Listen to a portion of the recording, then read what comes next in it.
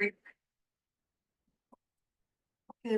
let's call the meeting to order for Deschutes County Board of Commissioners. It happens to be Monday, October 14th, 2024.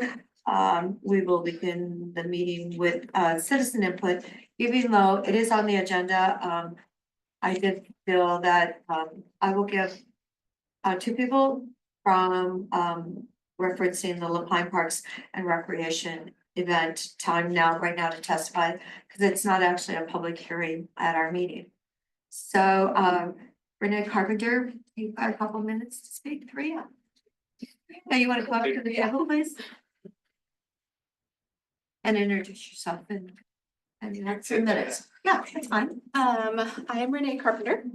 And I would just like to start off with thanking you guys for taking time to address the LaPine Parks and Recreation predicament today. I know you all are very busy and have an entire county to take care of, but knowing that you're making additional time to address the situation gives me hope, a bright future for our community. I know you are aware of the severity of the situation, which is why I'm here before you today, kindly urging you to move quickly with your decision.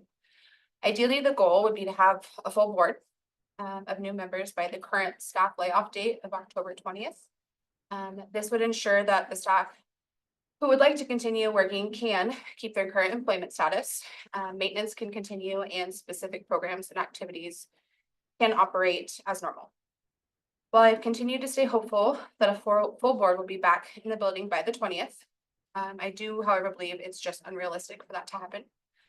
I would like to propose revoking the decision that was made to lay off the entire staff at the Parks District, or I would like to propose extending the current layoff date as scheduled.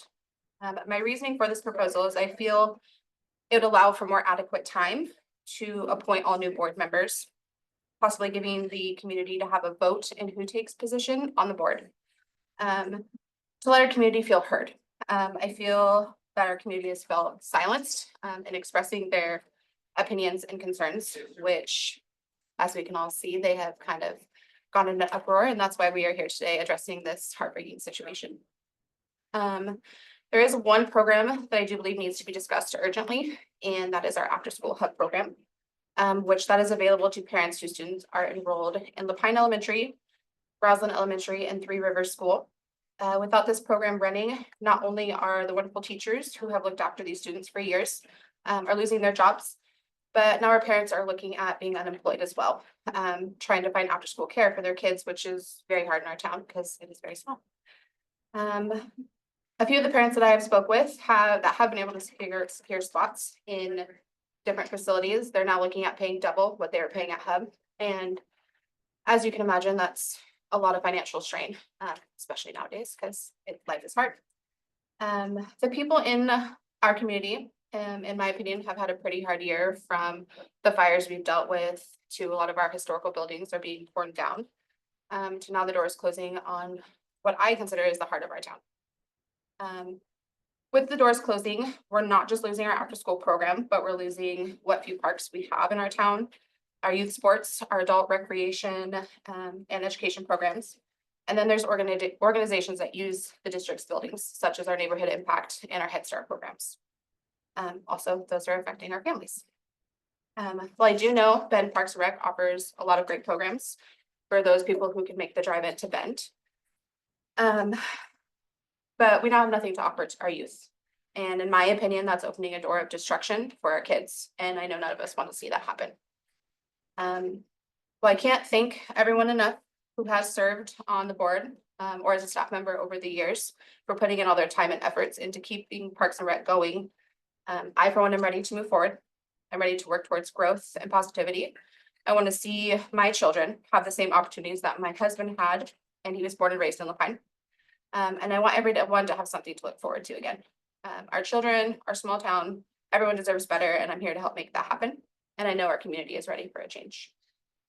In conclusion, I believe that taking the proper steps to keep the staff on payroll, if at all possible, while you guys are working diligently to fill the board, would be something that our community needs. I feel that we need to offer hope and positive reassurance back into our little town. So I'd like to thank all of you guys for listening to me and my little spiel. And I know that you guys will deliver a positive outcome. Thank you, Renee. Thanks for coming. All right, would you like? And I see the time anywhere.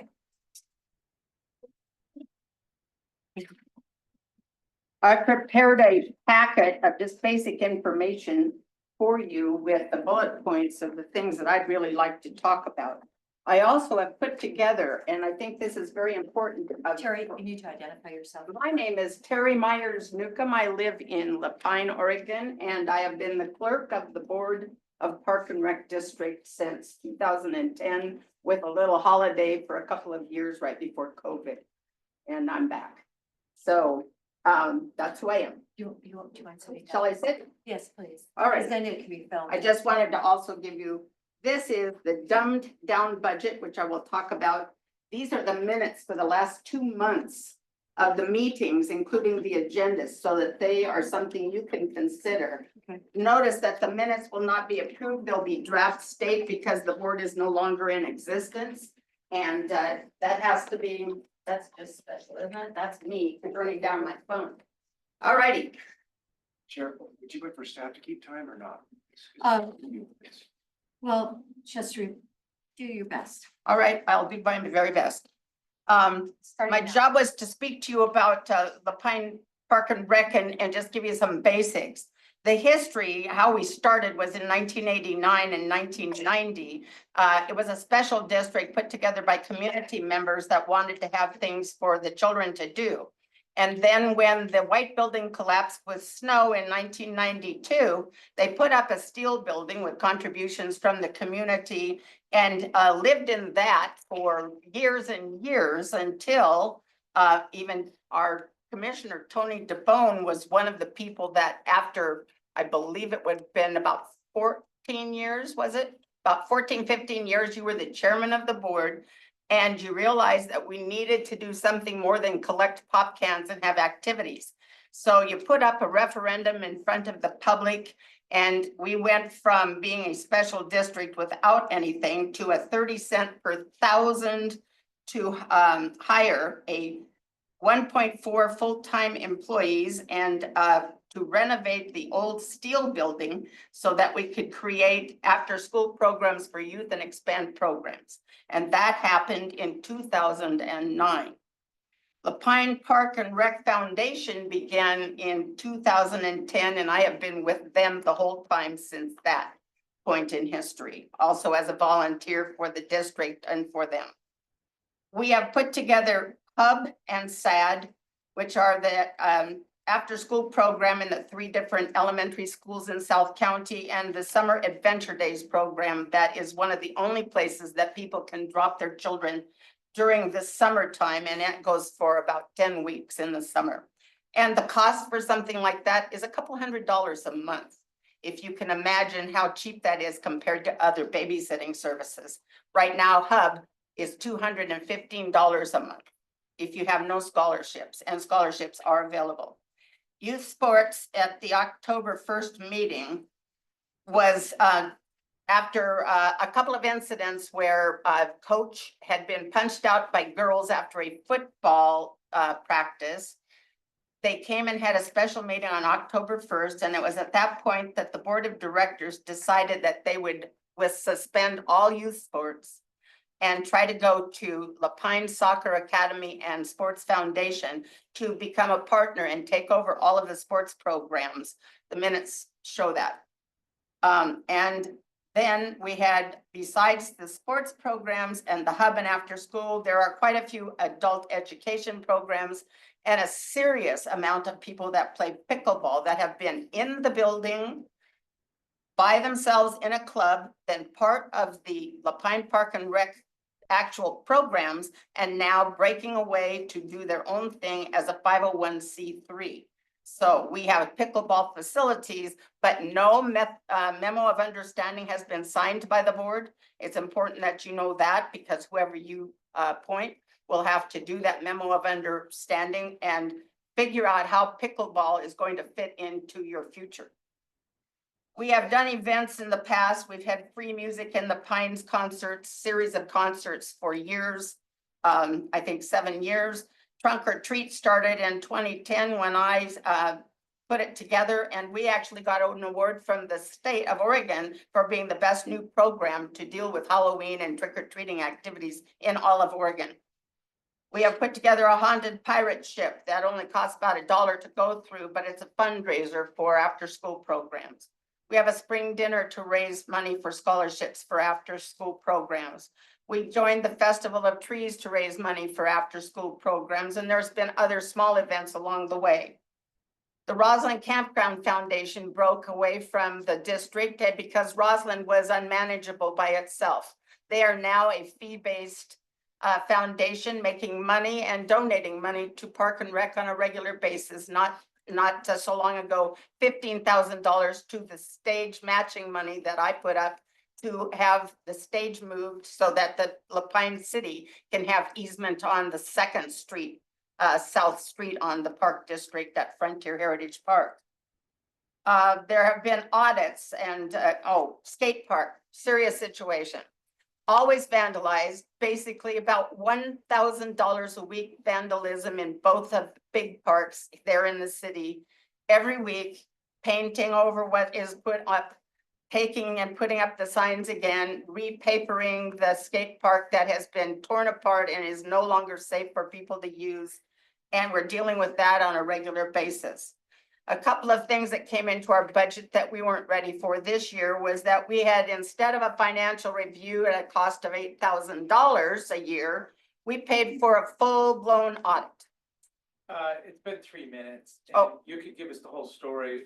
I support Christie. Not.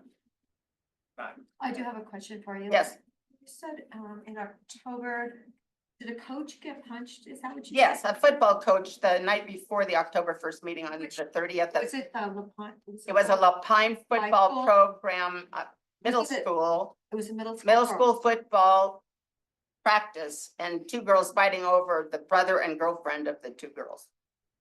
Okay, so that's the coach that got hit. Yeah, that was the coach that got hit. And prior to that, from the 19th of September on, you'll see all kinds of things. I've also included a packet that was presented to the board that talks about what the people in the community that are behind, I believe one of them is here, presented to the board so that you could consider the things from the other side and the other points of view.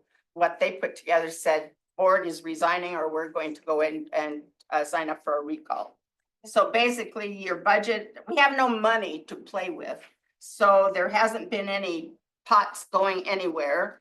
We have no money to manage. It's basically been a budget that has never, ever, ever, and I want you to take this seriously, never been based on exactly what comes in our tax base.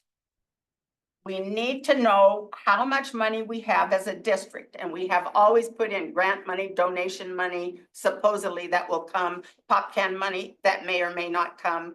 And we've never, ever planned for what happens between July 1st and November, July 1st and November 1st.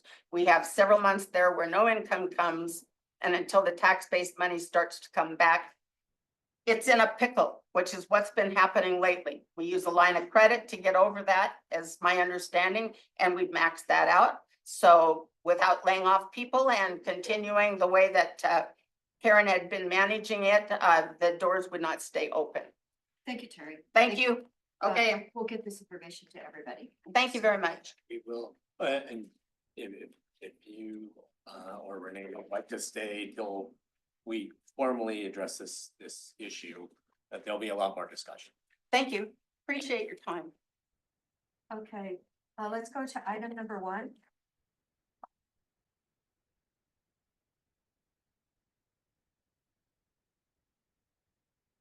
Good afternoon, Chair, members of the Commission, Board of Commissioners. For the record, my name is Tim Brownell, the Director of Solid Waste Department, joined by Stephanie Marshall with the County Attorney's Office. So this item in front of you now is a public hearing regarding the Civil and Environmental Consultants Incorporated protest of document number 2024-759. Which is the notice of intent to award a contract for the landfill siting consulting services phase 3 to Parametrics. Just a brief refresher. So this is the 3rd phase of the landfill siting. The first phase began back in June of 2021. Went through a RFP and competitive proposal process. Parametrics was awarded the phase one site criteria development and initial site review and evaluation process. In June of 2023, about 2 years later, we provided a sole source award for the second phase of the landfill siting consulting work, which was really fine tuning going deeper into 2 specific sites that have been identified through the phase one process that have evaluated potentially 200 areas in the county, down to 33, down to 12, and then ultimately to 2. Then in July of this year, after the recommendation of the Moon Pit site from the Solid Waste Advisory Committee had been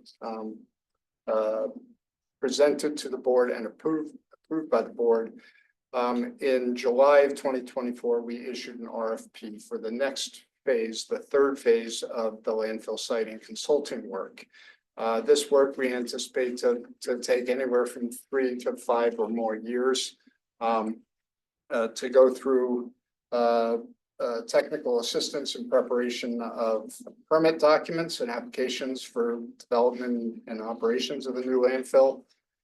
Provide technical assistance in the preparation and submittal of documents and applications needed for land use authorizations and entitlements, for facilitating outreach to elected officials, land use authorities, regulatory and permitting agencies, and other interested parties, and providing public outreach and coordination. So with that process, we received 2 proposals, one being from CEC, which is what we'll be referring to civil and environmental consultants, and Parametrics. There was a landfill siting review committee created with 5 people. That was myself, Chad Santola, the previous director and consultant to the department, Jeff Merwin, our manager of environmental compliance and infrastructure development, Stephanie Marshall, and Chris Doty, the director of the roads department. Based on the review of the proposals, there was a unanimous selection by the reviewers of Parametrics to be awarded the contract, and on September 16th, the board approved the issuance of the notice of intent to award to Parametrics. The following week, we received a letter of protest from CEC that came into the attorney's office, and so we are here today to address this. I'll hand it to Stephanie to kind of talk a little bit about the process. Sure, and also Kim Riley of our office is available to advise the board. I'm advising solid waste. So in the staff report, I mentioned legal criteria, and actually it's 279B 410 ORS, and the counterparts to this are set forth in Deschutes County Code, section 237-140, and also the Oregon Administrative Rules 137-047, and that's parts 700 and 800. In the staff report, I'm focused predominantly on the statute, and this is where the authority to have an appeal hearing like we have today. A bidder or a proposer may protest the award of a public contract or notice of intent to award, which is what we're here on, whichever occurs first, if the bidder or proposer is adversely affected because the bidder or proposer would be eligible to be awarded the public contract in the event the protests were successful. So that's one item that the board must consider, is would they be successful, and would they be eligible to be awarded the public contract if the protest was successful. And then B, the reason, and there are 4 subparts to the reason for the protest. And it has to meet all of these. All lower bids or higher ranked proposals are non-responsive. So the question is Parametrics's proposal non-responsive? I don't know, that it was a lower bid. The contracting agency, that would be the board, has failed to conduct the evaluation of proposals in accordance with the criteria or processes described in the solicitation materials. So that's looking at what was sent out in the RFP and were the proposals evaluated consistent with what the RFP said. Again, we'll hear from CEC as to whether they believe that has occurred here. The contracting agency has abused its discretion in rejecting the protester's bid or proposal as non-responsive. That's a question as to whether the board believes that the proposal was rejected as non-responsive. If you find that it was rejected as non-responsive, then it's a question of abuse of discretion. I don't know that the proposal was rejected on that basis, but again, you are the decision makers here. And then subsection D, the contracting agency's evaluation of bids or proposals or their subsequent determination of award is otherwise in violation of this chapter being ORS 279B or ORS chapter 279A.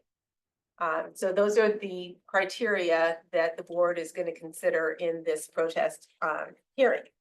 And then subsection 2 says the bidder or proposer shall submit the protest to the contracting agency in writing and shall specify the grounds for the protest to be considered. We did receive a protest in writing and there are reasons for that protest. And so I'm not going to try to step into their shoes. That's their part of the presentation. And then the board has to consider whether the stated reasons are cognizable under ORS 279B, 410, 1B. Those are the 4 items that I just went through. And whether CEC has specified the grounds for the protest in accordance with the statute. I don't need to read anything further on this because I don't want to step into the shoes of the decision-making body here. I also wanted to bring to your attention that ORS 279B 0608 provides discretion to the board in evaluating proposals submitted in response to an RFP. And there's a list of items that the board may evaluate proposals on any of the following bases. And I wanted to highlight, let's see which one. I think it is, oh boy, I did that, okay. 8A, an award or awards based solely on the ranking of proposals. So there is discretion to make that decision. But again, without anything further, I just kind of wanted to lay the legal framework, turn it back over to Tim, and then have the board direct, have the chair direct how the balance of the hearing will go today. Thank you. And let me know if there are any questions. Okay, thank you, Tim. Yep. Yeah, so I did want to speak to a couple things that were brought forward in the letter from CEC, and I can do that now, or I can wait until after CEC's presentation, but I'm prepared to speak to that right now. Legally, what's better? You would provide the protester an opportunity, but first I would advise the board to open the public I hearing. know, that's. Oh, yeah. Yeah. Protesters, Yes. he'll have an opportunity and then the department can provide any. Okay, so let's now, I did have a quick question. It's a public hearing, so I don't know if the board is going to set time limitations for any other participants, or if it's only going to be the protester and solid waste. okay, well, normally we allow 30 minutes for the protester, I believe. And if there's someone else in the room that's going to make a comment, about 3 minutes. Okay, Standard, and then you have 10 minutes. thank you. Thank you. Me? You're- So I have a yes. question first. I have a question just on procedure. So this is a protest of a decision that came to the board and we're starting the process right now. We relied on the scoring matrix to get us here today. So I guess, are we opening up even then the scoring matrix right now or not? You know, are we gonna be reviewing to possibly make a different decision? Well, you're gonna be limited by the four factors that were outlined by Stephanie. And so, but I would first let the Yep, that's fine. protester outline what his arguments are. And whether or not it meets any of the four So criteria. we'll get a little bit more information and then have that discussion. Thank you. I get just a little bit further clarification on that. So I mean, this says the bidder or proposer may protest the award of a public contract if A, B, C, or D. But it doesn't, I mean, it says they can protest, but at least this section doesn't address what we're supposed to, what we can or can't do with the protest. I mean, the question is, we established with the first legal criteria, that, you meet these conditions, we have to consider the protest. Okay, we're good with that. And this third section, explains the way that we did it, just we awarded based on solely on the rankings of proposals. That is a legitimate way to award. So we've addressed that stuff, but I think this section 2, basically. It says you can protest, but it doesn't, I don't understand what we are or aren't allowed to do with that protest. So you would either deny or approve the protest based on one of those four grounds that are outlined before you. And we'll work towards that with information from the project. Okay, Jeff. Yeah. You have the floor now. Thank you. My name is Jeff Shepherd and I'm with Civil and Environmental Consultants. And I certainly do appreciate the time that you guys have allowed me to voice my protest. I don't. It's just information. When you only have 2 bidders, we believe that it's difficult to base a decision of this caliber on just 2 proposals that are very far apart as far as what is included. We responded to the request for proposals issued by Deschutes County Department of Solid Waste, like Parametrics did, and the RFP was for landfill siting consultant services phase 3. Only 2 firms submitted responses. It was Civil and Environmental Consultants and Parametrics, and we are protesting the award to Parametrics. On page 1 of the Parametrics submittal, for example, we began phase 2 with phase 3 DEQ permitting in mind and ensured that we could use the earlier deliverables to jumpstart the permitting process. We didn't have that information as part of our submittal. All we had was the information that was available to us via the online documents. We perceived that Parametrics had part of the phase 2 work was available for review. The information provided did not include some sort of statement about using phase 2 work to jumpstart the permitting process. On page 2 of the Parametrics proposal, under the experience in municipal solid waste landfill development and permitting, Parametrics indicates the following.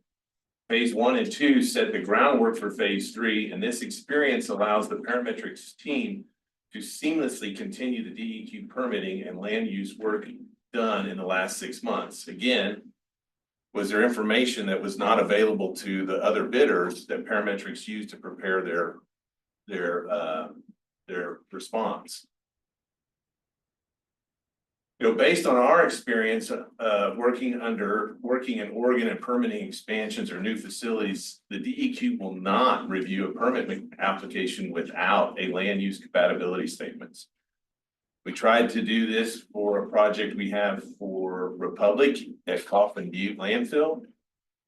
We were told that the DEQ is not going to review a permit application without a LUX because they're afraid that they may waste the time reviewing the application and the LUX not be approved. Same thing happened to us for the Riverbend landfill project. The LUX has to be completed and included with the permit application.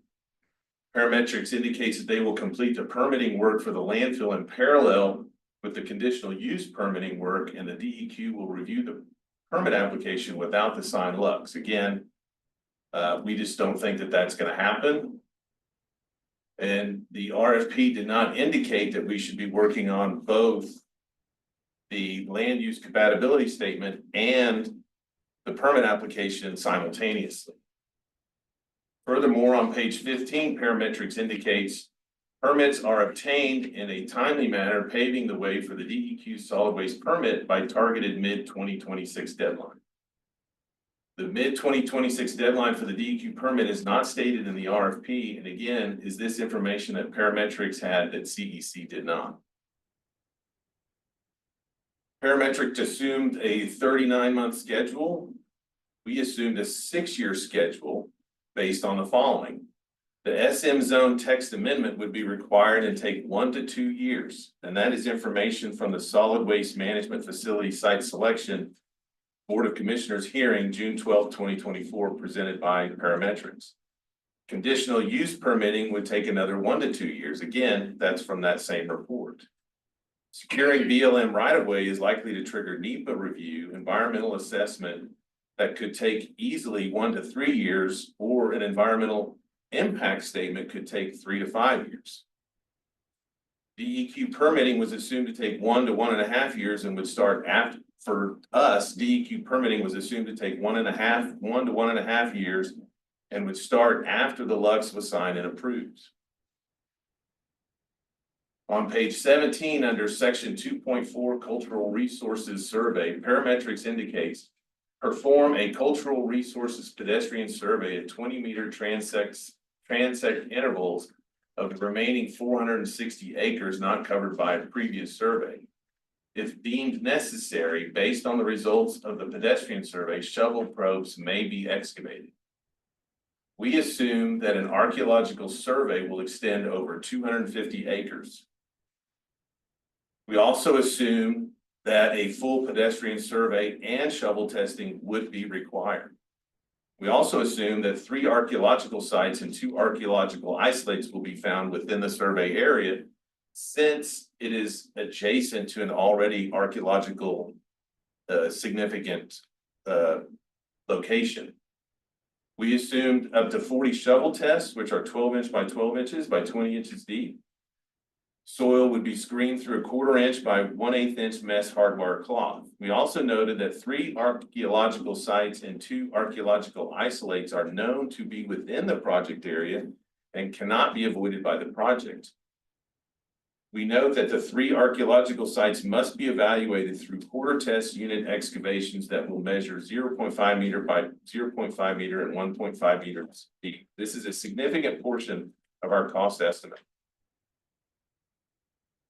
Further on page 17, also as part of section 2.4, the parametric submittal, they indicate coordinate with project team, SHPO, and consulting tribes as needed to address potential direct or indirect effects to cultural resources as a result of construction and use of the proposed landfill.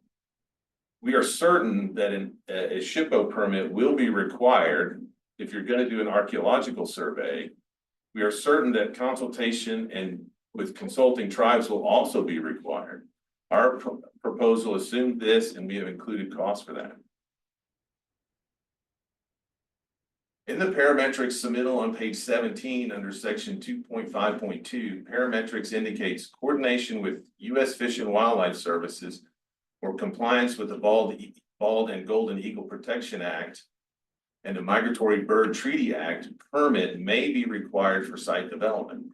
In our submittal, we assume that a permit will be required to comply with the BGEPA and the MBTA. We made this assumption based on the information provided on page 4-3 in section 4.1.3.1 of the Deschutes County Solid Waste Management Facility Final Site Evaluation Report dated May 2024. In the parametrics submittal on page 19, they indicate that the site traffic report will not require gathering traffic counts data. This can be provided for an additional fee. We assume that traffic count data would be required, as that is normally the case when it comes to a conditional use permit application. The traffic will increase at the proposed entrance road, in the left turn lane, and probably a right turn acceleration lane will most likely be required. On page 19, under section 3.4 of the parametric submittal, it is indicated our approach includes a combination of electrical resistivity, geophysical surveys, combined with borings advanced by sonic drilling techniques to characterize subsurface conditions for site development, detailed geotechnical design of the phase 1 cell and associated landfill infrastructure, and to meet DEQ solid waste permit requirements. This effort will primarily focus on the northwestern extent of the site where the first waste cell is to be developed. Parametric further indicates that a total of 18 borings and proposed with a total drilling footage of 1,000 feet, averaging 55-foot depth. These borings will be completed by geophysical lines focused on cell 1 area and totaling 3,500 lineal feet. We submitted a question to Deschutes County on August the 1st, 2024 that asks, please confirm that the phase 1 and phase 2 site characterization as required by the RFP is only for phase 1, which is approximately 160 acres. The response under clarification number 1 from Deschutes County was no, the phase 1 and phase 2 site characterization is expected for the entire site. This response had a huge impact on our cost estimate. We proposed drilling and installing a minimum of 3 monitoring wells and up to 5 monitoring wells at the perimeter of the site, of the Moon Pit site. Parametrics indicates DEQ will permit the existing A well to be used as a monitoring well, and no new monitoring wells will be required to be constructed as part of the site characterization work and solid waste permit approval. We proposed up to 30 borings in the entire Moon Pit site to be able to perform an accurate geotechnical characterization of the site. We proposed to complete field tests to determine the hydraulic gradient, hydraulic conductivity, transmissivity, groundwater flow direction, and velocity of the uppermost aquifer. We also proposed to perform environmental groundwater testing and laboratory analysis to be completed to establish background water quality prior to the placement of waste. As part of the phase 1 geotechnical investigation, we proposed 50 test pit excavations, a geophysical survey including 3 100-foot deep re-MI shear wave velocity measurements and 5 200-foot long seismic refraction profiles, and a report summarizing stability of on-site materials, suitability of on-site materials, and inventory of usable soils. Furthermore, as part of the phase 2 geotechnical investigation, we proposed drilling 30 borings between 60 and 100 feet deep, downhole geophysics on 6 borings, rock coring most of the borings, as well as significant laboratory testing on the rock and soil removed from the borings. We believe it is safe to say that our phase 1, phase 2 site characterization and phase 1, phase 2 geotechnical investigations are significantly more robust than what Parametric proposed, since we are performing this investigation over the entire site and not just phase 1, as Parametrics has indicated. The RFP under F, scope of work, included the following: assist and facilitate the public outreach process, provide public communication and outreach, facility meetings with elected officials, land use authority, Deschutes County Community Development Department, local and state regulatory agencies, special interest environmental groups, land owners local to the SWMF site, the general public, and other stakeholders. In the Parametric submittal under public outreach and communication and the project schedule and milestones on page 27, they only showed 2 public open house meetings. We assumed a regularly scheduled public open house meeting every quarter for the duration of the project. The meetings would alternate between virtual and in person. This was a huge expense that we included in our proposal. In the Parametric submittal on page 24, section 5.4, they indicate that BLM right-of-way assignment and NEPA would be completed at an additional cost since it was not included in the RFP. We included costs associated with the BLM right-of-way permitting under task 0600. We felt that since the only access road to the site was through BLM property, that Deschutes County would need this permitting process to be completed. We assumed that we would complete the field work, coordinate with BLM, and prepare an environmental assessment. This work amounted to almost $100,000 that was included in our cost estimate. In conclusion, we believe that our proposal is a more comprehensive and leaves little room for contract amendments unless specifically requested by the county. Our schedule assumptions are correct as it relates to the Lux and the DEQ solid waste permit review. It's difficult to compare these proposals as they are apples to oranges. And we also feel that Parametrics had possibly insider information to the phase 3 project that was not conveyed to the other consultants. Finally, I'd like to just wrap up by saying, since there was only 2 proposals, it's different to compare the costs. If 5 or 6 consultants had proposed and all of their costs were closer to the cost of Parametrics, and mine was way up at the top, then I would fully admit that I had made a mistake. If it was the exact opposite, and that all the other consultants were closer to us and Parametrics was the outlier at lower, then we would hope that the county would consider that to be non-responsive. So that is where we feel today. Thank you. Thank you, John. Is there anyone else in the room that cares to testify at this time? Does anyone fill out a blue sheet? Before we get into substance, can I just ask, Jeff, so the letter that CEC submitted in September 20th contains some of the information you just presented to us, but we happen to have copies of. I can certainly print and email you the copy of the presentation. But you don't have them right now to. I don't have them right now, no, Okay. sir. Cause I was,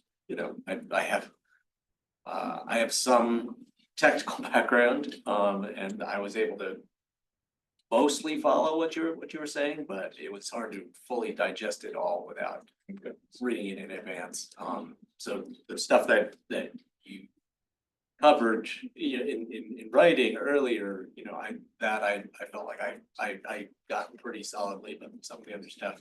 I apologize. I didn't realize I had to produce my entire presentation during that 7-day notice to protest period, so.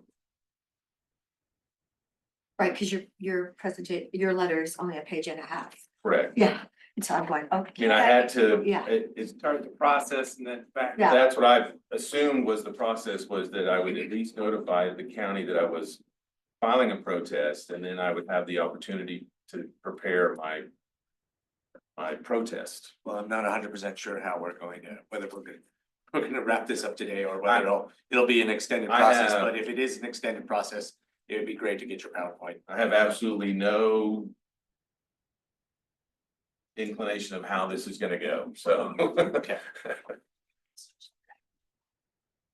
Yes, ma'am. Yes, ma'am. Thank you. Goes to Brendan. Are there any other questions for Jeff this time? No? All right, so if someone else wanted to test, you want to test? Yes. Okay, can you fill out a blue form, please? When you're done. So Dwight Miller with Parametrics, principal in charge for this project that we proposed on for phase 3 of the engineering services. We have about 6 of our technical professionals here with us or online that we would like to have address the 5 points in the protest letter. We were not privy to the additional items that were laid out here today by Mr. Shepherd, and so might not be able to address all of those comments as they came out. I would just like to kind of go through a few of the points about Parametrics and our proposal. So we've led the project team here for phase 1 and 2. We had project team members who had also been involved in the solid waste management plan process. And so we're very, very knowledgeable of solid waste within the county. project team members have worked for the county for over 30 years at Not Landfill as well as at others of your facilities. And as well as a lot of other technical work that we've done in Deschutes County. So we know the county very well, and the geology, hydrogeology of the county. So we really know the local stakeholders, the federal, state, and local agencies, and these are all integral to the successful permitting of a new solid waste facility. We essentially bring that forward. A lot of that is knowledge in our head. A lot of that is knowledge in, in just our work that we've been involved in the project. And that is one reason why we were able to smoothly go from phase 1 to phase 2, because we had that knowledge. We were able to just go directly into the more detailed work that we did in phase 2 for the Ross site and the Moon Pit site. Our scope, schedule, and budget are based upon this strong understanding and the stakeholders and the agencies that we gained through phase 1 and phase 2. We have been strategic in developing our schedule to clearly identify the tasks and that can be conducted in parallel. We believe there's a lot of parallel work that can be done here between the different permitting agencies, and that's how we laid it out in our schedule. Rather than just simply laying out a linear schedule that you have to do this and then you do this and then you do this. That's not the way we do projects. We are strategic in laying out our projects so that we are able to work on multiple things at the same time. Following the request for proposals, we have provided a detailed project budget with labor hours for ourselves as well as all of our subconsultants and details of our direct expenses. It's all very clear there. It's very transparent. This level of transparency provides the county with a clear understanding of how we propose to complete the work and who will do it.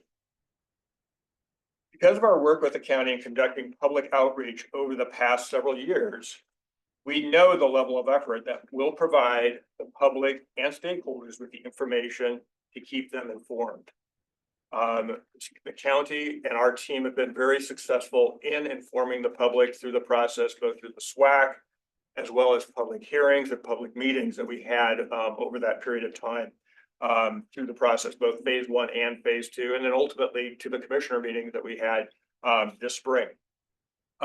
We plan to continue the social media and web-based outreach forums that work so well. And, we worked really hand in glove with the county in both developing those and then keeping them up to date. The county has a really robust web portal for this information, and we'll continue to use that. We did not include reinventing the wheel on public outreach. We believe that we put in the level of public outreach that's needed for this project. A lot of work in there with the specific stakeholder groups as well, especially the recreation, tribal, and environmental stakeholder groups that are out there. Next, I'd like to have some other members of our group present, if you're open to that. And we will keep it tight within 3 minutes. Yes, because less. you just used your 3 minutes. Yep. So, yeah. That'd be lovely. Yes. Thank you, Dwight.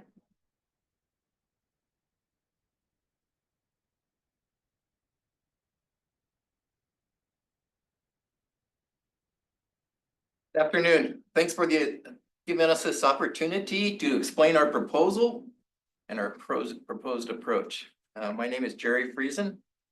I've been designing municipal solid waste landfills here in Oregon and in Washington since 1984. Over the past 40 years, I've been responsible for the design and permitting of facilities at almost every major landfill located here in the Pacific Northwest. I've been involved here in Deschutes County, and I know many of you here, since 1994. Over the past 30 years, I've worked for Deschutes County as the consulting engineer that was responsible for the design and obtaining the permits from the DEQ for almost all of the refuse cells that are there. We did the original permitting for Not Landfill when we did the expansion back in the late 90s. And I've done this for a very similar approach that we're proposing on this at almost all of the major landfills here in the state. Not land, go ahead. Question real quick. Yeah, sure. Was that the first line cells? Yes, at not landfill. Yeah, that's. Yeah, that was back in, at that point, we were thinking, the county was thinking that they wanted to go find a new landfill site, and I went out with Tim Shimke and Al Driver, and we were looking, and then we ended up at not landfill and designed that and got it permitted. Not landfill is going to be out of disposal capacity in 2030. You guys can't wait for what is being proposed. We needed to develop an innovative approach that will enable Deschutes County to continue to provide disposal capacity to its residents when not landfill is filled. The approach we are proposing does this by working out on all of the various tasks that are required simultaneously, rather than in a sequence. We've used this type of approach on numerous other projects here in Oregon over the past 30 years. We used this approach when we did not landfill where we expanded the landfill footprint to 135 acres. And we obtained all of the permits that were required from the DEQ using this approach. During the preparation of the proposal for this new landfill site, we talked with DEQ, Todd Hess, who's the regulator, who's going to be writing the permit for not landfill. And he was in agreement with our approach. With that, I'll open it up for questions if you have any questions. That was 3 minutes. Very good. Thank you. Thank you. Okay.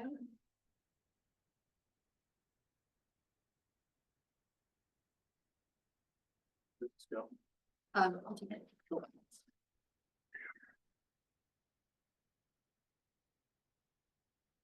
All right, good afternoon. My name is Sean Cordes. I'm an engineering geologist with Delve Underground. We're overseeing the geotechnical side of this project on behalf of Parametrics.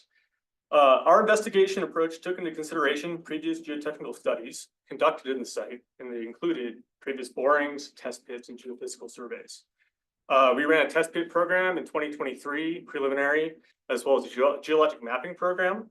And through that program, our understanding of the site is we have shallow bedrock conditions throughout the entirety.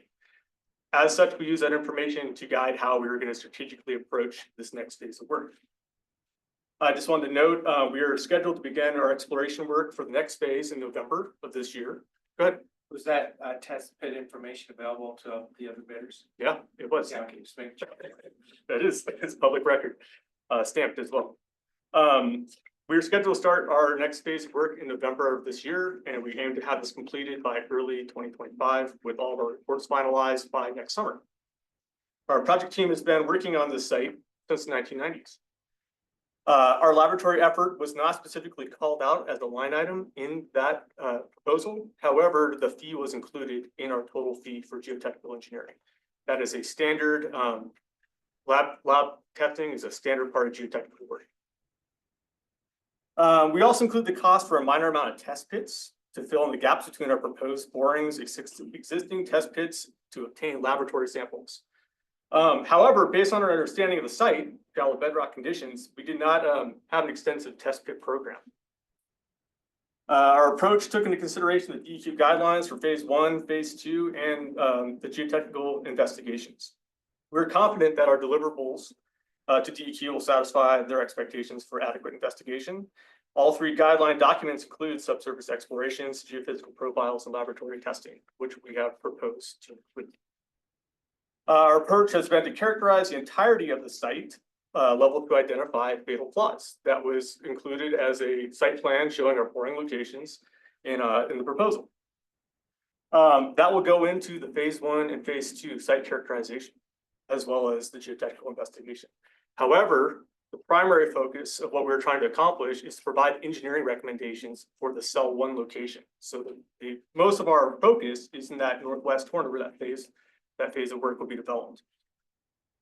This is the same approach that's been used at Not Landfill. This is the similar approach we use on other geotechnical programs.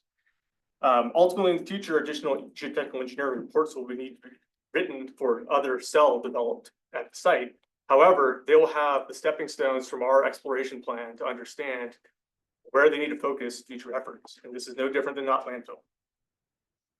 We plan to perform all of our field work again, starting in November of this year and finishing it in early 2025, and to have all of our geotechnical components completed by next summer. Lastly, we believe our drilling program is well situated for this site based on the variable rock conditions that are expected to be encountered. All the testing costs, all the laboratory testing costs have been included and provided as part of our proposal effort. So you guys have the numbers for that. All the lab testing is in there.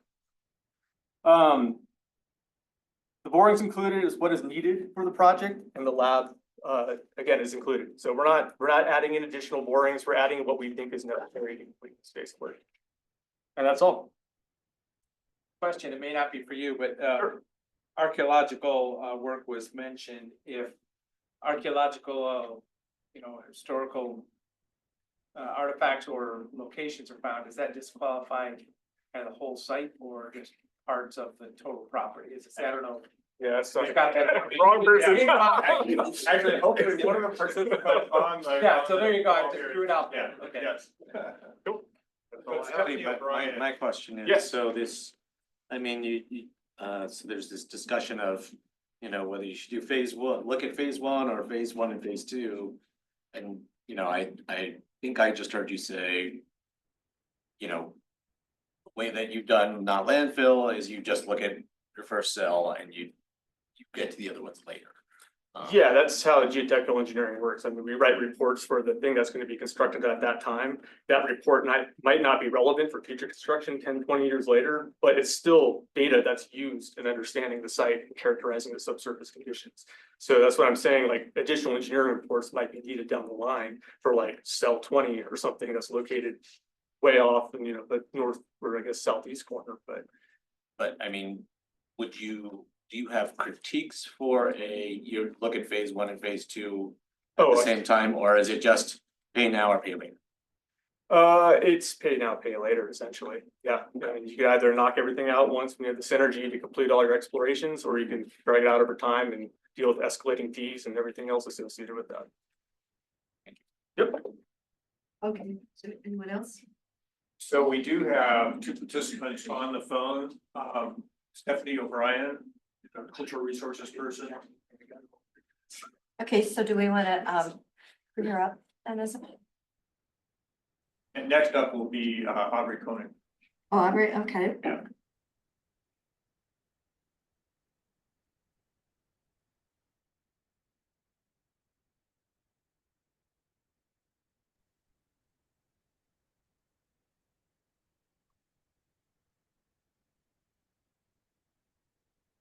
All right, can everybody hear me? Yes, go ahead. Excellent. I'll start with my response and then I'll address the question that was previously asked about archaeology, if that works for everyone. Identify yourself, please, for the record. Stephanie O'Brien from Parametrics. All right. Oh, what did Audrey? Is this okay? She will come up on the next. Okay, all right, go ahead, Stephanie. Good afternoon. My name is Stephanie O'Brien. I work as a senior cultural resources specialist for Parametrics. I've worked within the field of cultural resources management for 14 years and in Oregon, including Deschutes County, for 10 years. I contributed to Parametrics' tribal outreach strategy during the phase 2 siting process and would be the cultural resource lead for phase 3. An initial archaeological reconnaissance survey and consultation with tribes and the State Historic Preservation Office has already occurred through the phase 2 siting process. So in compiling our scope of work, Parametrics assumed additional survey and consultation would build on this earlier work. Parametrics always assumes a level of State Historic Preservation Office and tribal consultation, as this is required through the Cultural Resource Technical Report submission phase. This phase is outlined both in our scope of work and our budget. The project area property is currently considered private land, not county owned, and would still be classified as private at the time of cultural resource surveys. As such, no Oregon archaeological permit would be required in order to conduct shovel probing on the site, but only for more intensive site-specific investigations. Additionally, we have included further time for consultation with the State Historic Preservation Office and tribes, which may occur depending on the results of the cultural survey and direct or indirect impacts to potential archaeological sites. This additional time is included in our budget, but would only be drawn upon as needed.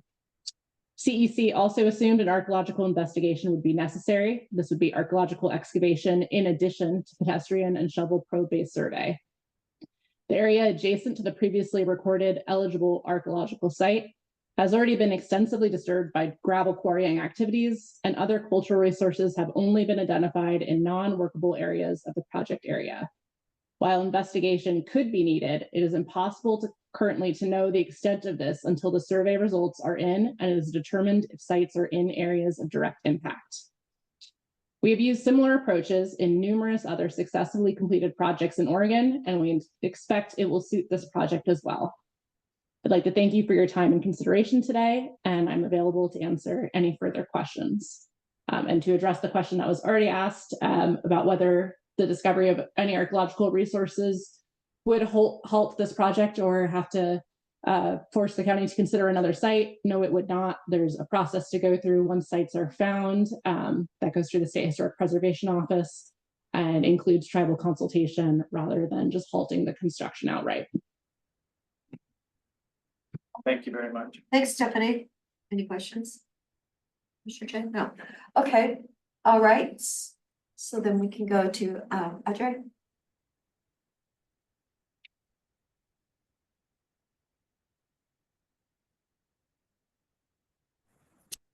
Hopefully my audio is coming through.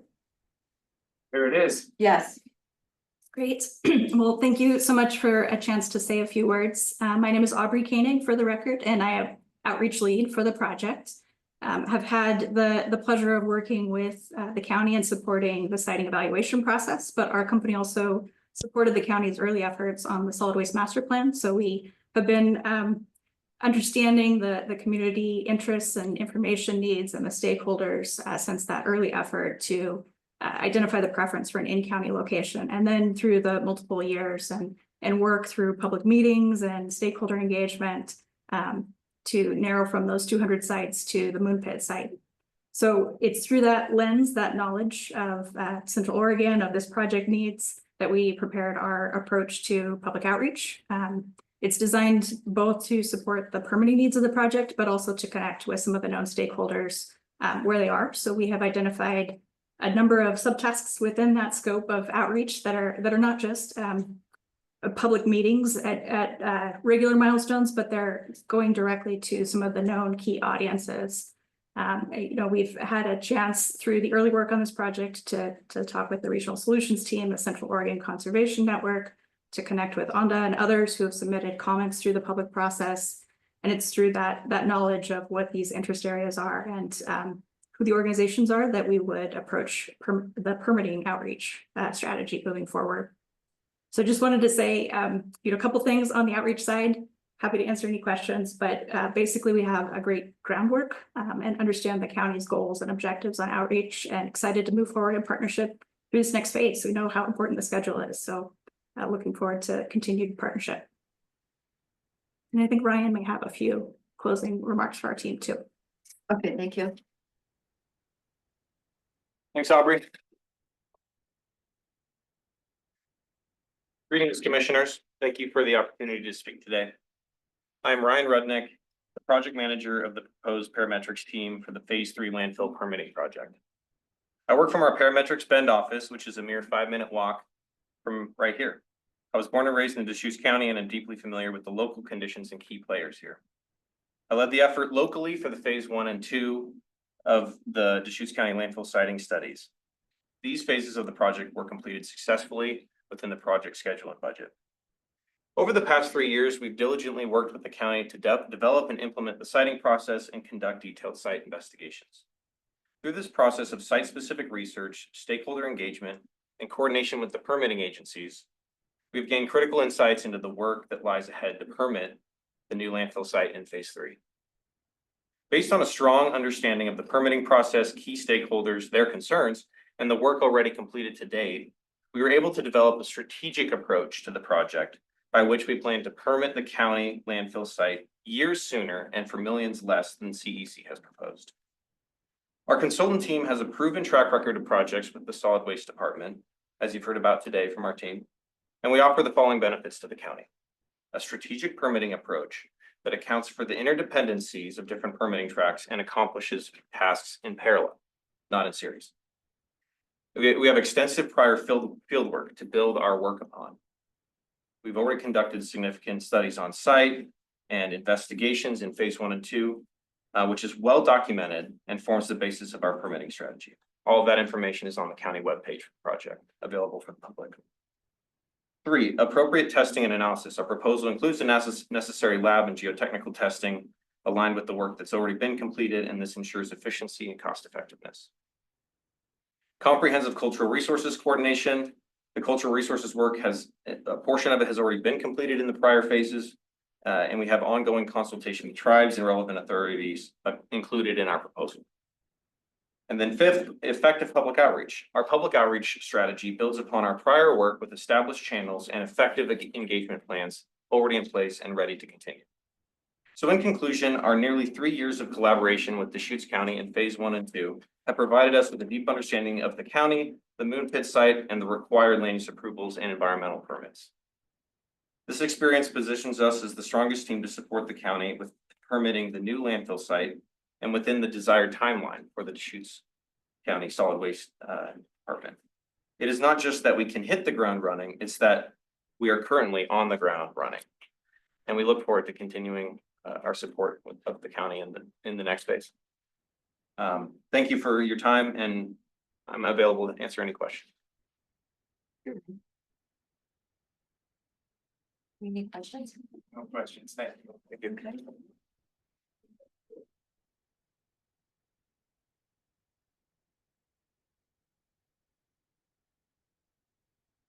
And we'll Jeff be given a time to rebut. You have an opportunity to rebut. I believe we discussed 5 minutes.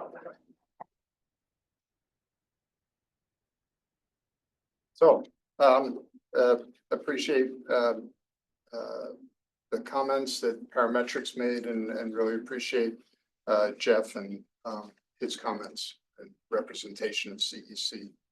I think we do want to, I want to start by saying that we acknowledge that Parametrics has a deep understanding of the sites, the county, and the process. So I think that familiarity has probably assisted in the development of their response in different ways than CEC. CEC provided a very robust and detailed response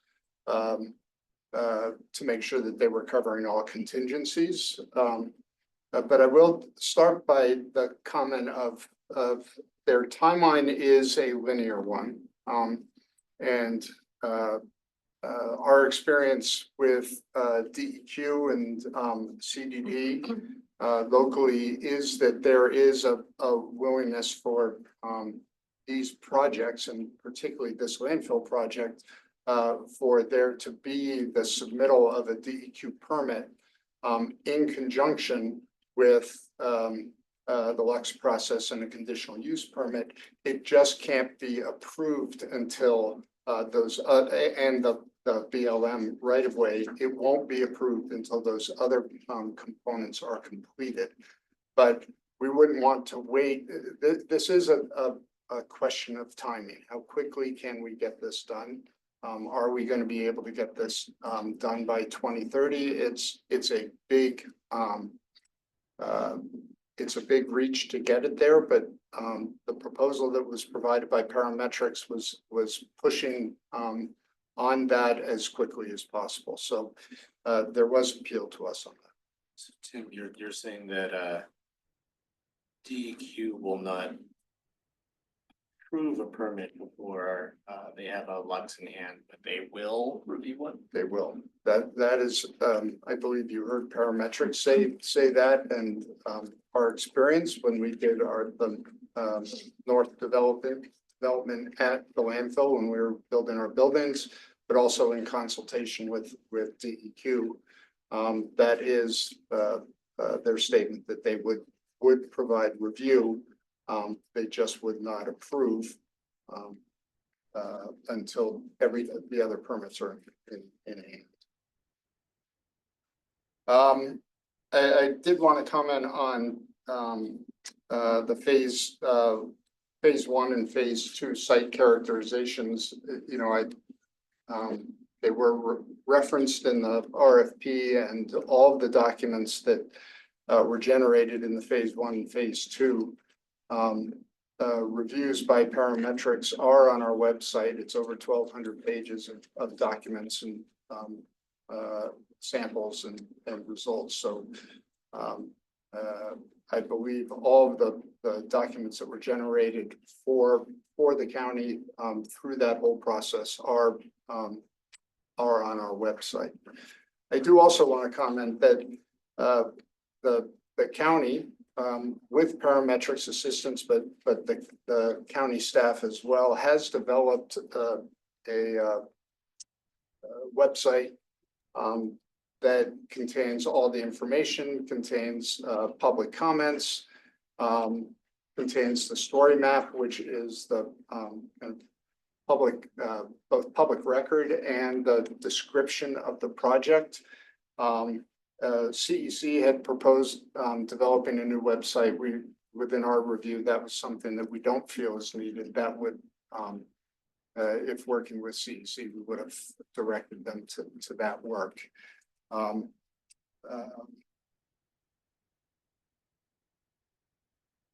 else?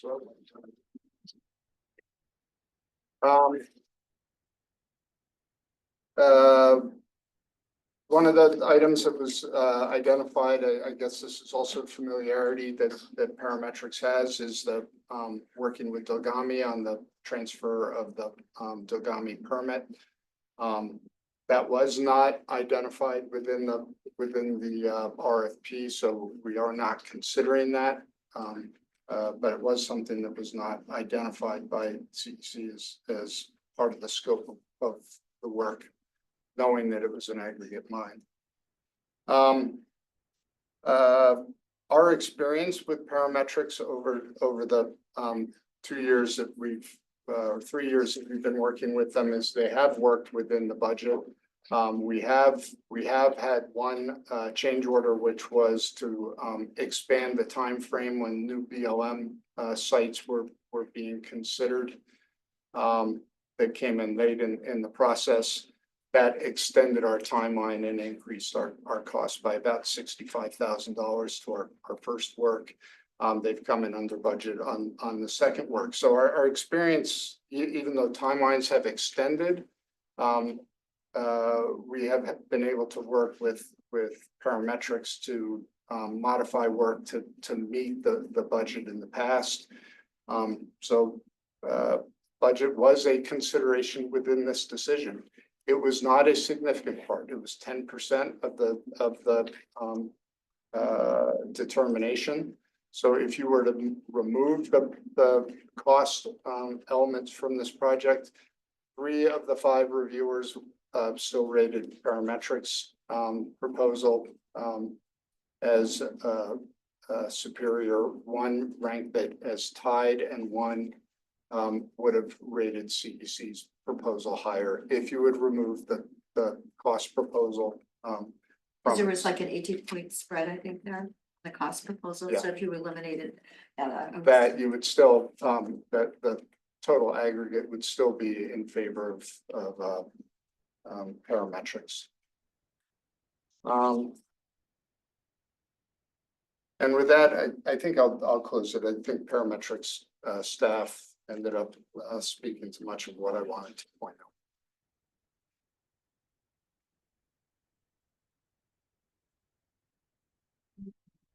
out. Are we having regular scheduled quarterly meetings? That was one of his points, point number 5 in his letter. In terms of the we have not had quarterly meetings, public quarterly meetings in the past. Right.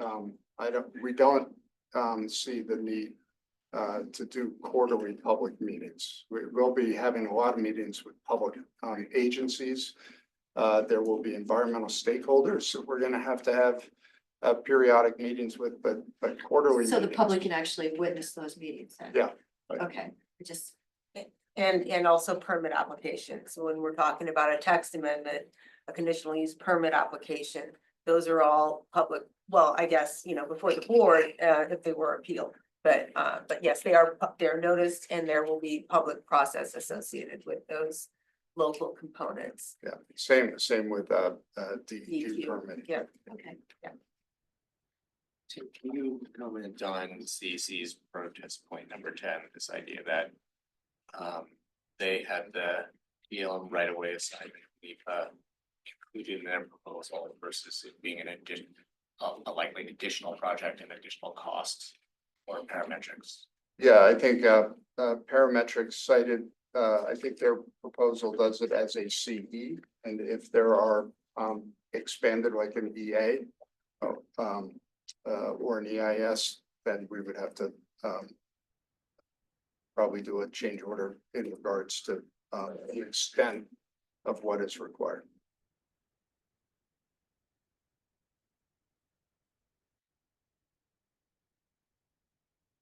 Just that the C is specifically in relation to the right of way. Correct. Okay. Yep. Not other federal stuff. No.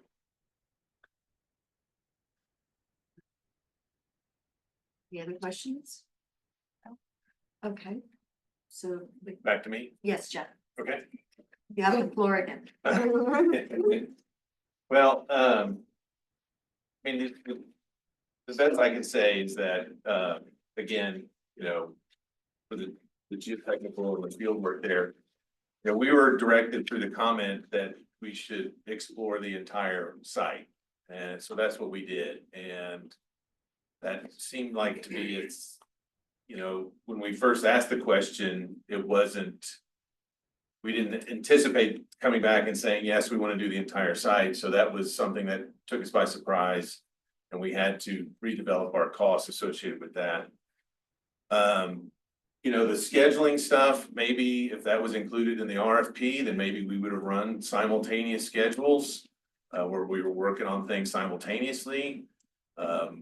My conversation with the ODEQ was they would not review the application without the Lux. But, people say different things to different people. I feel like that had we known that the date was that the site had to be permitted by the 2026, I think we would have developed a different proposal.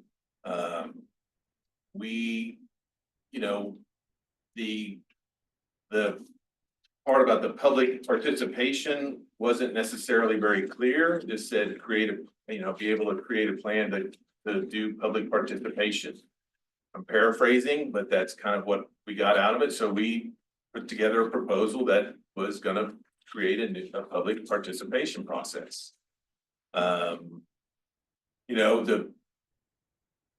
other stuff is, the other things, and we feel like that, again, maybe a more clear RFP may have eliminated this, but, this is where we are, and that's kind of all I have. Thank you. Thank you, Jeff. Another question. So there's been a couple of things that have come up, like, archaeological excavation versus just a shovel survey. A CE NEPA versus something more in depth. It sounds like you've provided us with a budget kind of covering everything that might be necessary. Pretty much. But if as the project unfolds, if you find that things were not necessary, building a website, if we don't actually need another website, how does that affect, and this might be a contract question as much as asking the consultant question, but I mean, you identify things that aren't needed, are you able to just drop those and reduce your quote for us? Yes, I mean, if we were along the project and we found something that we had budgeted for that we weren't gonna have to do, we wouldn't spend that money because that's not right. So we would probably let Tim and the county know that, hey, this budget money is not gonna be spent because we're not doing that. You can either take it back or we can hold it or whatever you all wanna do, but you know, that would be something that we would just relinquish back to the county as part of our overall budget. Tim and legal staff, does that sound, is that the way that things would roll if we discovered things that were not necessary? Right, right.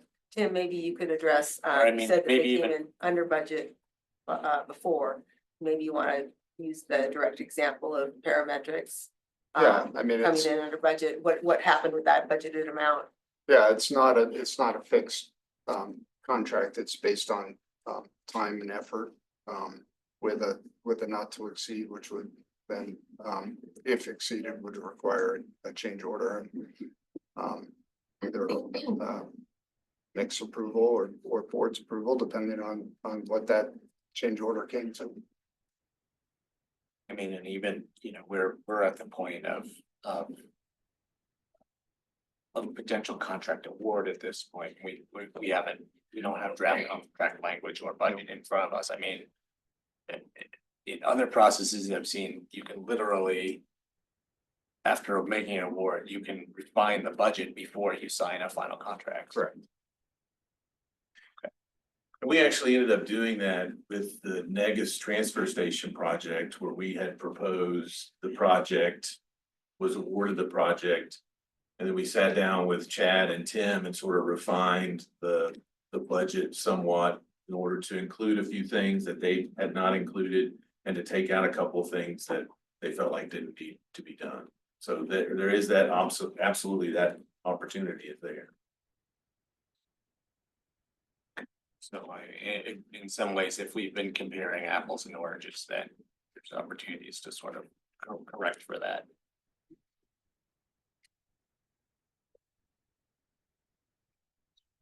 At this time. I do want to just make one comment in terms of, there wasn't a deadline of 2026. I think that's the point at which parametrics is looking at, you know, that's their design criteria for permitting. But there's no requirement of having a permit done by 2026. I think that's their intention. I did have a question for you, Tim, on item 8. They were going to drill and install a minimum of 30 monitoring wells and up to 5 monitoring wells at the perimeter. We're not doing any of that. That will ultimately get determined in discussions with DEQ in terms of what is the required. So there is within parametrics proposal, there is citing that if it's determined by DEQ that more wells would be needed, those can be put in and then provided a cost within the narrative of what that would be. We aren't sure what the DEQ is going to require relative to groundwater monitoring out there. It's 1,200 feet deep. So The well at 6. yes. And that's where the large aquifer is.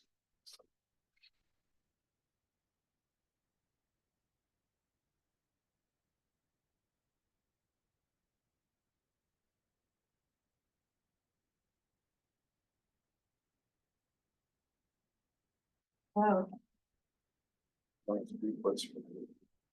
Yeah. Chair Adair and Yes. commissioners, I would suggest that at this point, the board can decide whether or not to close the public hearing, whether the written record will be left open, what the parameters of that might look like, and schedule a date for deliberations. And I also defer to Kim on that front. So we're closing the oral today. If we do keep the written open for a period of time, is there any kind of time deadline that we're dealing with? Not a deadline, no, other than. I mean, I know sooner rather than later. Sooner rather than later, so that the department can know, Yeah, we're getting to the point where we're gonna have difficulty doing any field work. Whether they be borings or other geotechnical work out on the site until spring if we aren't there soon. You mean if in case it snows on Wednesday? Yeah, we're praying for snow. Is it So, snow or is it frozen? Frozen ground? okay. And if it hasn't, if there's been no precipitation for many, many months, is that still an issue? I mean, the ground gets cold, but if there's no moisture, it can't be really solid, Correct. but Yeah. the rain can come, okay. So, Linda, the question for you. What's our schedule like in like a week or two? Can we bring this back for deliberations? Just looking Well, at, and I support closing the record today. Close it. Get there. I mean, I'm just thinking. what about the written record though? Because Even, yeah, closing the whole thing. I'm just, that'd be a starting point for me. Knowing there's some good information here and I got a better feel for it from all this, everything's been said today. Yeah, so Commissioner Chang, what's your? I might have more questions for staff. After having more time to digest all of this. If that is okay for me to grill staff for questions after the written record has been closed, then I'm okay with closing the written record. If not, then I'd like to leave the written record. I would suggest leaving the written record open, for a week. or 1 week? For 1 week, and that would provide an opportunity to ask this question. that's, Yeah, that's seems to be props. Schedule on October 30th, would be the first available, have your deliberations on the 2 applications. Okay, October 30th then? Well, I mean, you already have that.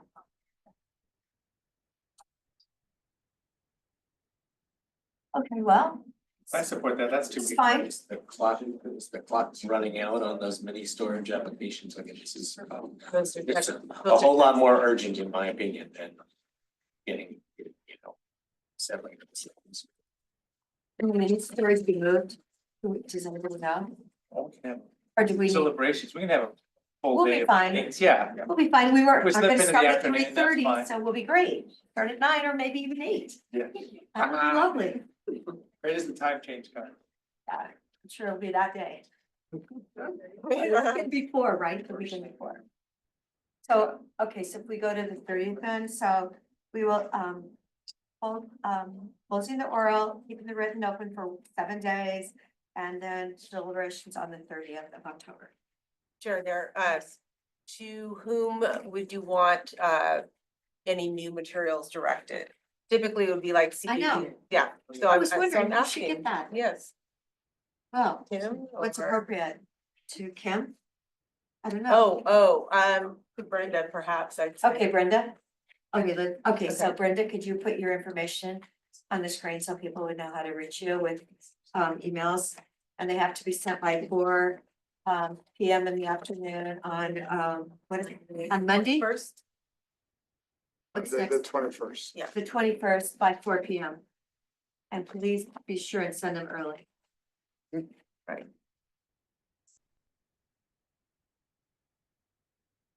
So, should I repeat her email address? Did I pull it up?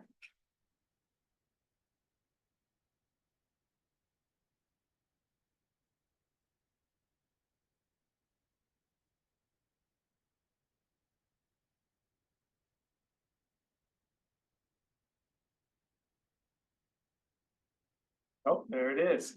Oh, thank you. Very All easy. right. Okay, BRENDA period FRITSVOLD at Deschutes.org. So they need to be by next Monday, 4 PM on October 21st. Be sure and send it. If it's a huge package, don't email it. You'll have to drop it off, right? What is, there's some kind of parameter. Yes, It's yeah. way Oh, don't include links to websites. You have to print out that material. I mean, these are Yes. CDD's Rules. policies, so I know, but might still, might be applicable here too. right, it could be. Okay, good, all right. So I think we're Thank you good all. then. Thank you, Yeah. everyone. Thanks for being here, participating.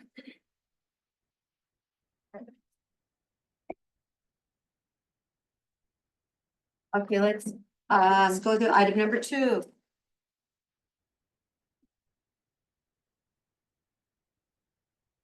And it's with Helen. Is she here today?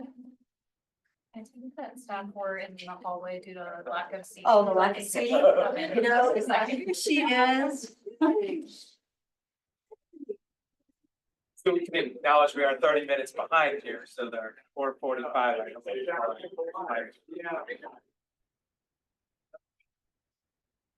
Yes. I'm doing a great job with time today, right? Yeah, commissioners, good afternoon. I do have an extra handout for this next item. I think this was in your packet, but oh, you already have it. Okay, great. Yeah, so it's just a map of the site area. So good afternoon or almost evening. Can we shut the door, please? Thank you so much. All right. For the record, Hallie King, Associate Planner with Community Development.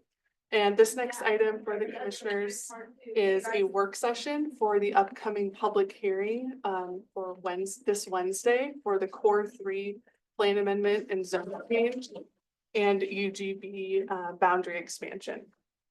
And so the maps here show the site area.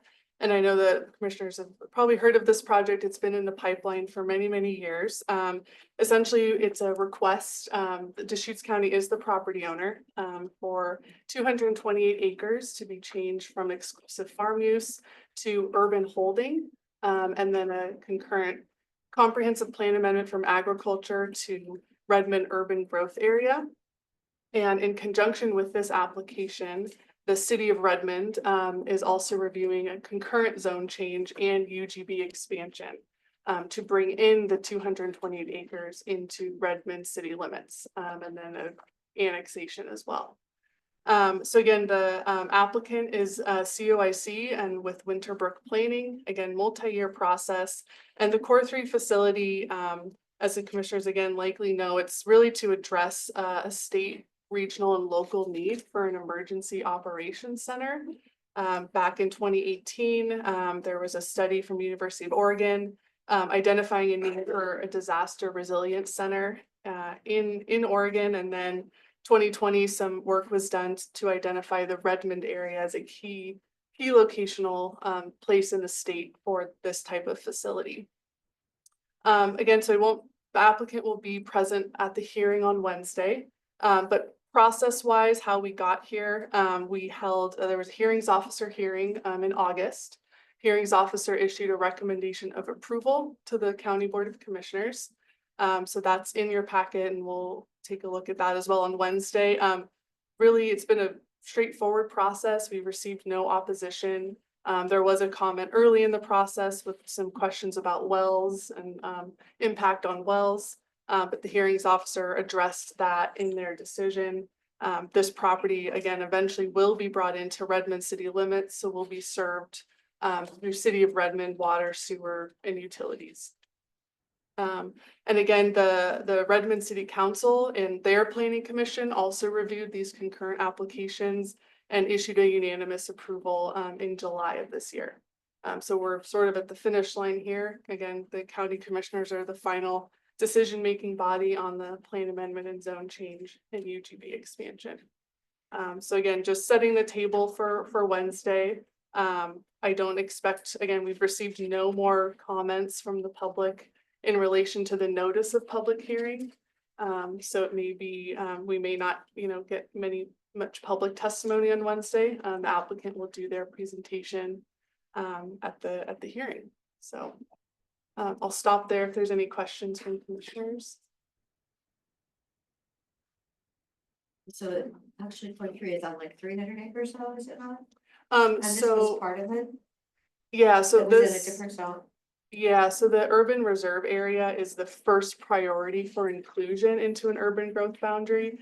And the urban reserve area is approximately 228 acres. They had to shift slightly. Prior proposal was full 300 acres.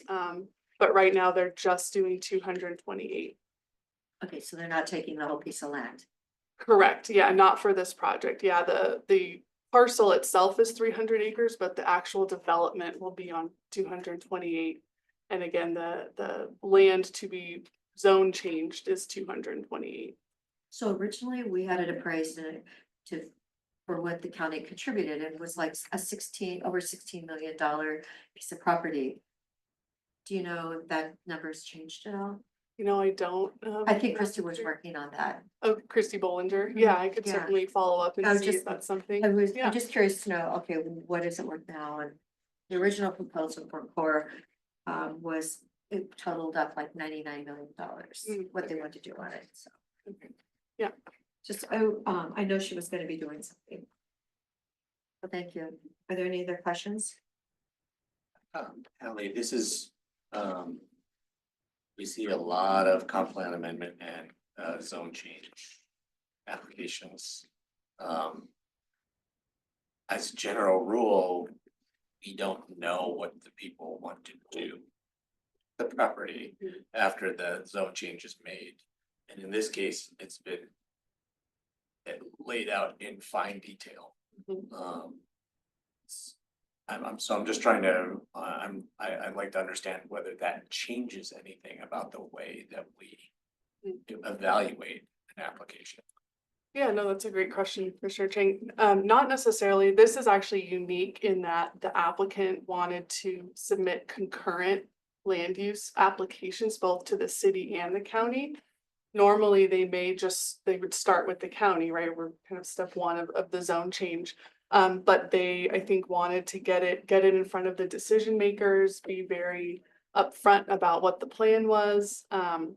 So yeah, so the application package to the city of Redmond actually included a master development plan and the infrastructure and all of that. And because I think, you know, maybe just for efficiency too, they wanted to have consolidate the hearings. It's a very unique So it is project, a unique, very unique. yeah. situation. So yeah, we don't normally, like you said, we don't normally get it where we see both. But it doesn't change the applicable state criteria that we're looking at necessarily. And then just one other thing, Madam Chair, was our standard time limits probably for Wednesday unless you want to. Standards, what do you Yep. think, 30? So 30 for the 10, applicant. 3. Yep, yes, and that, I put that in the notice of public hearing. You obviously can modify those if you'd like, but I don't think, well, it should be that long. And you said the city of Redmond has already approved it. Correct. Okay. Yep. Yeah. All right. Right. All right. No other questions? Okay, Thank thank you you. so We'll much, see you Connie. Wednesday. Thank you. Okay, now we're to item number 3. The discussion. Looks like we have Whitney and Steve Dennison. Yeah. Evening Commissioners, for the record, Whitney Hale, Deputy County Administrator, and I'm joined by our County Clerk, Steve Dennison. Administration has been coordinating closely with the clerk, with legal counsel related to the appointment processes that the board could consider for the Lapine Parks and Recreation District Board. I know the board heard during public comment about kind of a wide variety of topics associated with the board and the role that they play.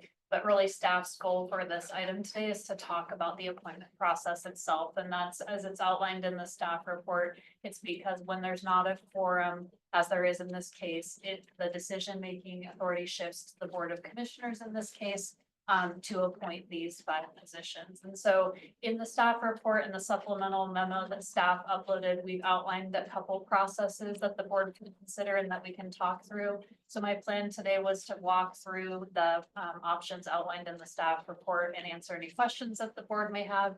And Steve's here if the board has any kind of procedural questions about how term limits and the filling of those terms would work. So that's kind of our plan today, but happy to take questions from the board now. No, I mean, I was wondering how we could stagger the terms. They're already staggered. They already, Yeah, I they- mean, they they are would so- be, Yes, positions 1, 2, and 3 were already set to be on next May's ballot.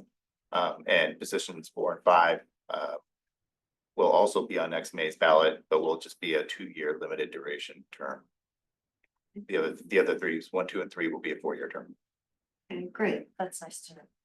Before we dig into the appointment process, and we've heard from a lot of people in the community about the need to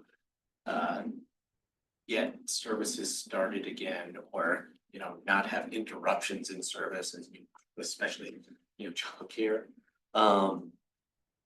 And I just want to understand what the scope of our authority and responsibility is here. I mean, the way it's been presented, all we have the authority to do is appoint new board members. But, you know, questions of, like, can we reverse the decision of the park board to, you know, to lay off employees after a certain date? You know, or could we change that date? I mean, that is not within our authority. No, it is not. It's very limited. All you have the authority to do is to appoint a new board and to do so promptly. That's what the statute says. I mean, and that's really important because, I mean, I just want to start out by saying that, you know, we're talking about really critical services for the community, and, I want to make sure that those get, you know, have continuity or get restarted as soon as possible. And at the same time, this situation is a mess. There's been some serious, there's some serious issues here. And if we don't dig to the bottom of those issues and understand what's going on, we cannot effectively appoint new board members who can resolve those issues. So I feel like the board appointment process, that we need to take some time and do some due diligence on that. But I want to be, I want to be mindful that the community needs the services the Park and Rec District right away. I mean, you're just kind of broadly in terms of framing this issue. I also, you know, it's really hard to hear from people about the services that they need. And you know, there are people looking to us to fix it, but if all we can do is appoint the board members, then you're not in the position to fix this, because, you know, at the highest level, what makes a district work is having a solid board that has the support of its constituents. And it does not sound like we have that right now. It doesn't sound like we had it before, you know, in the last few months. And then also, you know, if we don't, if this appointment process is rushed and we appoint the wrong people, we won't have that after this appointment decision either. So I just want to, you know, express my kind of concern about trying to balance those two things. I think certainly appreciate that acknowledgement, and I think as we walk through some of the options that are presented in the memo, some of those proposed timelines were proposed kind of with the concept of what Kim mentioned at the outset, which is that the statutory language does say that it's a decision that should be made promptly, that the vacancy should be filled promptly, and so you know, the timelines that we've outlined are certainly, we can work through them, and there's flexibility associated with them, but it was kind of tied up into that statutory language was what's driving some of what we've proposed for the board's consideration. Well, there's definitely going to be a gap there, because what Kim just said, there will be a gap. It's not going to be hopefully that long of a gap. And, you know, honestly, if we can open up applications, because we're hearing from everyone, and if people want to submit their resume, I know we've got a lot of people in the community watching, And if we open that up tomorrow and actually close it by Sunday, and then would, your first option on the timeline saying review it on the Monday, Tuesday, and then interview is Wednesday. I mean, gosh. And then we have to make the decisions on Wednesday, that's the 23rd? Or would we? I think that would be ideal. I mean, again, there's no direction as far as what promptness is. I think you have to look at the totality of the circumstances in order to interpret how prompt you need to be given this situation. Well, we're And I talking think obviously- childcare. Yeah, I think Yes, obviously childcare. the sooner the better. And if there's a way to streamline it even more, whether it's just simply letters of interest, no interview, whatever you need to do to make that decision, but I think as prompt as possible is probably what's probably needed in this situation. And so we know that it would be better to do it next week because the week after might be a little even busier. On the 30th. So if we could pull it together for next week. Okay, so that would be, opening applications tomorrow, and we have our public information officers working on a draft press release. They'll be ready to go in the morning. I think she's hoping to bring that to the board if that's a path that the board would pursue. And then, we would accept letters of interest and resumes from folks that are interested in serving. And we've actually had IT set up a separate special email, inbox that can collect those so that those, Don't get lost. Yep, don't get lost. They come to the place that staff will collect them and give them to the board. And then I think some of the options that the board might want to discuss, if that was a path that you wanted to pursue, would be if you wanted to conduct interviews or if you wanted to potentially have deliberations and make appointments based on your review of the materials that were submitted. So that's probably the next decision point that the board may want to discuss, if that's something, that's a path that sounds like a good next step. Well, we've heard from a lot of people and there's been a lot of community concern.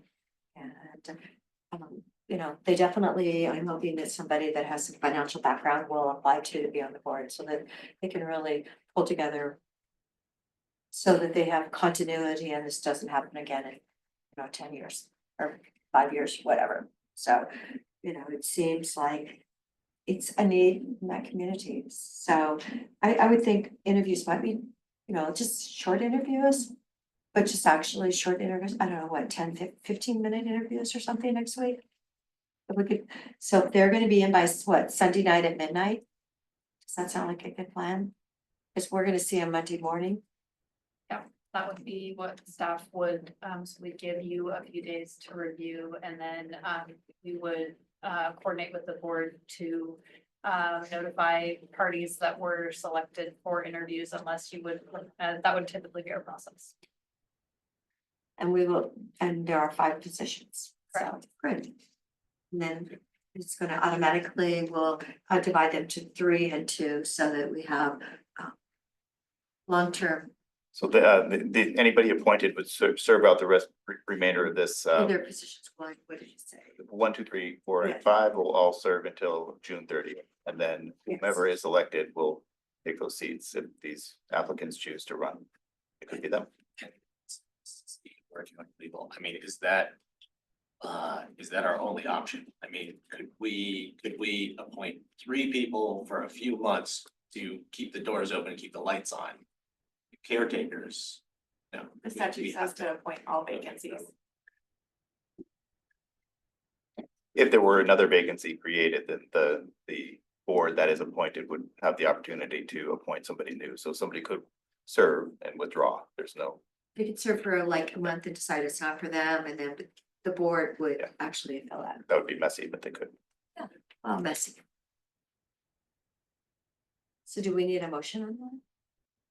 I think staff has direction. I'm just gonna recap that back just to make sure I've captured it in the way that the board wants to see it occur. So we'll issue a press release tomorrow morning announcing that we'll be accepting applications through Sunday end of day. We'll have an email address where folks that are interested in serving can submit a letter of interest and a resume. Those applications will get to the board very first thing on Monday. You'll have a chance to review. In the press release, we'll note that interviews will occur next Wednesday. So folks will have a sense that that'll be the time in which that's gonna occur. And then we will notify, prior to Wednesday, conduct interviews on Wednesday. And then the board can determine if, you need additional time to make a decision, or if you'd like to proceed and make a decision on Wednesday. I think part of our thought process with that timing was that we might be able to borrow a little bit of time from a board meeting to have, this interview process occur. So, and So move the board meeting to the afternoon or something. or what I was gonna say is they also have a meeting on Monday afternoon first that doesn't. Okay, so potentially using some time on Monday. I have my learning exchange with the Oh, AOC commissioners. It's on the 23rd. It's supposed to be, they've been shifting it around, but it's supposed to run the 21st, 22nd into the 23rd at this point. I can participate by Zoom. Imagine with the short turnaround time, we've definitely been making those virtual options available, so I think that's definitely something staff could build into the process, making sure that was available. Does that all sound, I capture that correctly? Any tweaks to that? I think it's important that we get those people that are stepping up to assume responsibility for park and I think that's really important. The sooner the better for them. And, you know, anyone that had been talking to me, I had said, gee, do you want to apply? So there's a lot of care out there, concern. So we'll work through that process. I got a couple thoughts. So Terry Myers started off the meeting and item 7, D talks about no money. And I think that's kind of the situation we're in right now. For the residents of the Park District. There's $350,000 tax base. It's gone up over the years, just slowly with the 3%, maybe about $364,000 this year. Tax revenue comes in about the second week in November or whenever the first check's, maybe a week later. So, there will be dollars available at some point. So this is for the community to understand. Budget and Finance Committee work is another opportunity. We're talking about board members here, and this is for the community to understand. The Budget Committee can be really an advocate and deeply knowledgeable about how the money flows in the district. So if not a board member, please think about Budget Committee. And then, thank you, Steve, for being able to give us that information. All 5 seats will be up for election next May, no matter what we do here. So that's really interesting. And there's other, leadership training, SDAO, COIC, Community Resources Department. There's available resources for people that may step up and really want to be on this board that haven't done this kind of boardroom before. And the good news is some people in Deschutes County pay their property taxes early. So maybe there will be some money coming in like the next little bit. I don't know how soon that's distributed, but usually normally some people do start paying early. Not Wells Fargo though, they pay at the last. With the higher interest rates, you're gonna At hold that to like it. 5, Yeah. I like 4.59 the last due date, so anyway, but those people that do pay early, so. Hopefully, somebody needs to really do some good budgeting and so they actually know fiscally what they're up against. One more note, there's already been some requests for putting their names in to me personally, email, but also board@deschutes.org. Somebody asked me, can you send somebody there? I said, yes, you can. So I didn't stop somebody from sending an email to board@deschutes.org. So we'll just corral some of that information. Yeah, and I do see we have a couple members of media in the room as well as folks that I assume can share this in the community. So LapineParks@Deschutes.org is the email address that we've set up. So interested folks can submit a letter of interest and a resume to LapineParks@Deschutes.org, and that will have that information in the press release as well. But just so that the community has it early, that's how we'll be collecting that information. And that's Parks with an S on the end of it. Yep. Okay. Great, well, that's good. I think the community will feel better that we're actually stepping up for this as quickly as we can. It is government, but we're trying to do our best. with the discussion of no money, I mean, I do, helping people understand how they could apply to be on the board, apply to be on the budget committee, that's all great, that's really important. And I also want us to help people go into the situation eyes wide open, because we don't want to just send people to rearrange deck chairs on the Titanic. So if the situation is that there is insufficient funds in the assessment for the district, then people have to also look at the levies that have not passed in recent years for the Park and Rec district. And we saw just a couple of years ago how another district in South County, the fire district, insufficient funds, within their assessment to to provide the services that people are wanting. And it caused all kinds of conflict within that district. I mean, the fire district tearing apart the community health clinic and St. Charles Hospital. While it's really important to get the right people into these offices, it's fundamentally important if we want the Park and Rec district to be successful in the long term. We have to get to the bottom of the issues, and we need to really do what's necessary to structurally fix the situation so people have the opportunity to be successful. Just, since we're going big picture, I just wanted to share. Chair, there might be a clarifying question. It's your discretion if you want to entertain any clarifying questions or not, but Question, I don't know if it's a comment. would you mind coming to the table then and re-identifying yourself, because for the record, of course. Renee Carpenter. I know you guys are talking about appointing all new board members and having that done by a set deadline date. What does that mean for the staff? I've spoke with quite a few of them. We're not legal just said we can only, this is what we can do legally. Yeah. We cannot do anything for Just this. like for the hiring process, will that be something they have to resubmit to the board? Do we know, I guess, when that time comes? Yeah.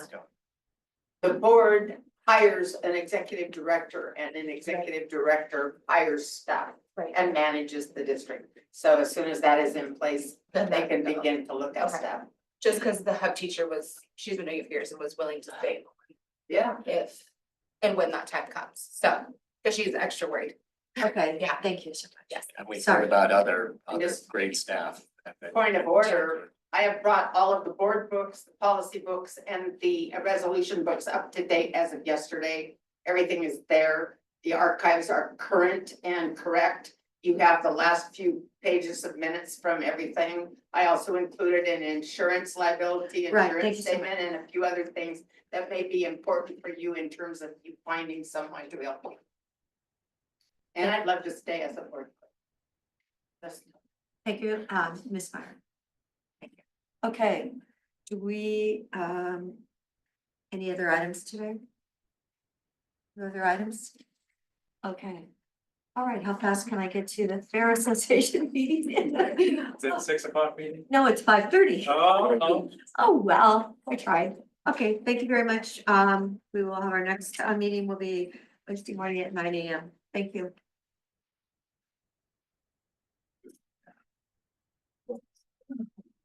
Good job. Yes.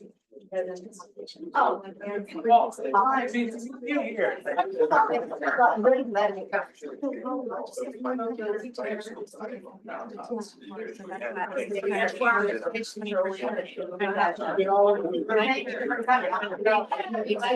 We go back and forth on our camera.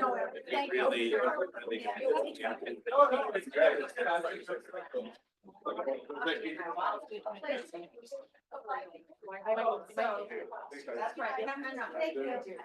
Thank you, guys. Thank you guys for all coming. Thank you. Chairman and Chair. I know. Thank you, guys. We'll get, it'll work. No. It'll get there. Not even a little bitty. Here's what she gave me. Say regarding